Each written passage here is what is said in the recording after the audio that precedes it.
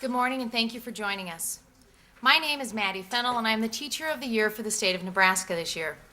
I'm joined with my colleagues today from across the country to address our concerns regarding No Child Left Behind and the progress of our public schools towards preparing all students for the 21st century.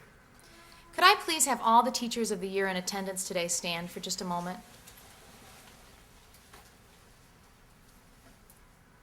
Thank you. You may be seated. There are over 30 of us here today who were able to make their travel plans to be here. I want to be clear from the beginning that we are not here as an organization sponsored by anyone. This event today came about from numerous conversations and email dialogue among our class of 2007 over the past 2 months. 50 of the 56 Teachers of the Year have signed on to this statement, and their names are in your packets. We are here today because there is one thing that we care about: our kids.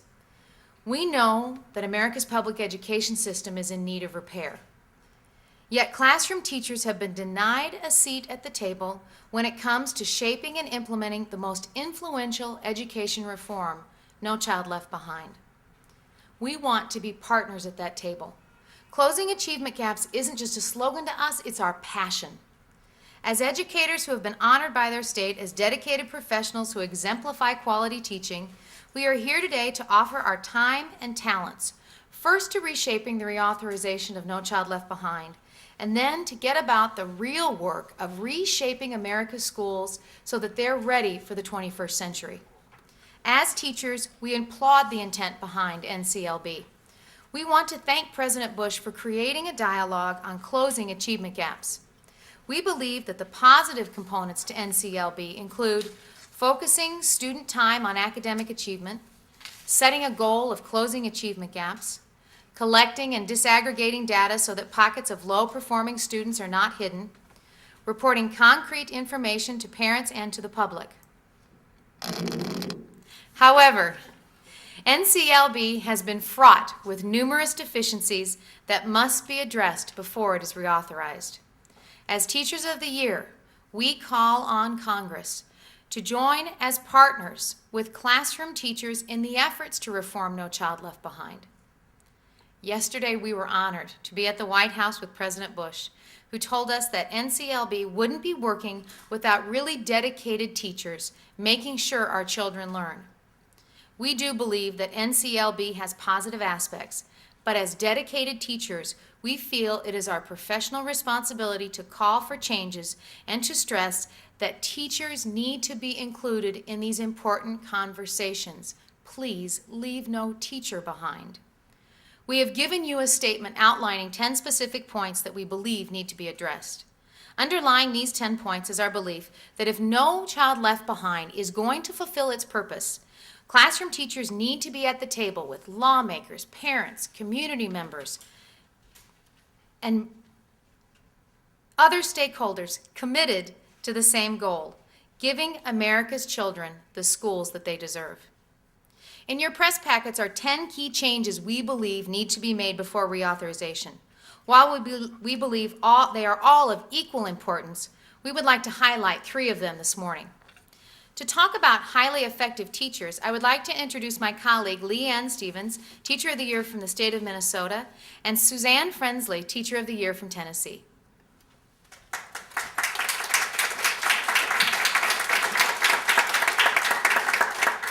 Thank you. Good morning. We, along with Congress, believe that every teacher should be qualified and highly effective. We are fully aware that taking professional classes doesn't make you highly effective, and missing a few professional classes doesn't make you ineffective. How do you measure effectiveness without including the ability to connect with each student on a personal level? How do you determine effectiveness without examining one's capacity to inspire, to challenge, and to believe that each student has a talent that needs to be recognized and developed? How do you measure a teacher's heart for his or her students? We were named Teachers of the Year because we were seen as highly qualified educators and leaders in our profession. We were honored for our innovation and commitment to our students and our communities. I would like for you to hear from Tennessee's Teacher of the Year, Suzanne Frensley. Her story clearly demonstrates the inconsistencies in determining a highly qualified and effective teacher.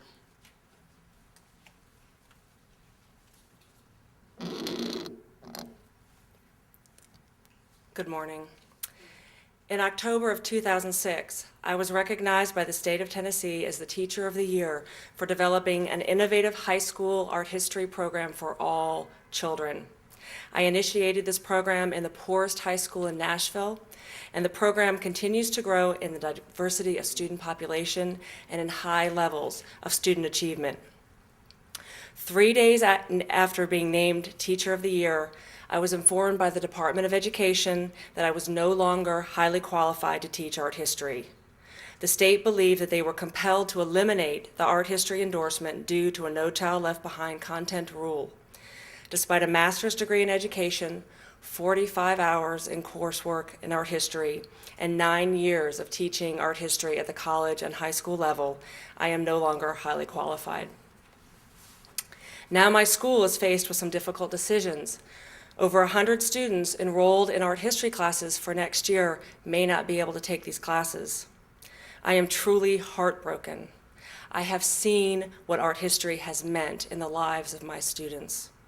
Through art history, they have gained an ownership of American culture, and they cultivate the creative, collaborative, and flexible thinking skills that enable them to develop into self-directed, lifelong learners. Every week I hear from former students who describe the profound impact that the art historical experience has had on their lives. Last week I talked to Scott, an undergraduate in architectural preservation who was publishing his first book. Jamie had little direction his senior year, and he'd lost hope in his academic abilities until he received his advanced placement art history exam scores. He is now majoring in art history and has definite plans to go on to graduate school. Kendall wrote me from MIT to tell me that art history provided an integrated, creative flexibility of thinking invaluable to his courses in nanotechnology. And Maisha and Marianne are living their lifelong dreams. Maisha is at NYU this semester studying in New York's museums, and Marianne is on full scholarship at Smith College, but she's studying abroad in Italy this semester. She's studying art and architecture. Dominique chose not to go to college. Instead, he completed basic training the summer before his senior year, and he deployed to Iraq 2 months after graduation. He wanted me to know that art history may have saved his life because he was the only one in his squad who knew the layout of a mosque and the significance of a Qibla wall. All of these students, except for one, were raised in low-income, single-parent homes. Each of these students faced profound personal challenges and required unique, creative approaches to learning. Highly effective teachers create safe, nurturing environments for students to face their challenges, identify their strengths, and develop assets for success. This is why we cannot afford to lose a single highly effective teacher.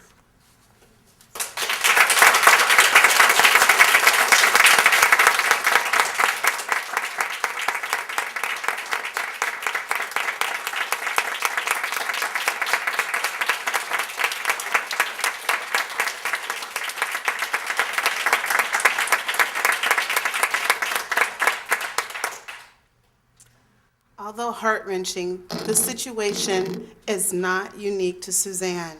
It is happening all across the country. So we call upon lawmakers to partner with teachers in determining what defines a highly effective and qualified teacher, lest we risk losing even one of our children.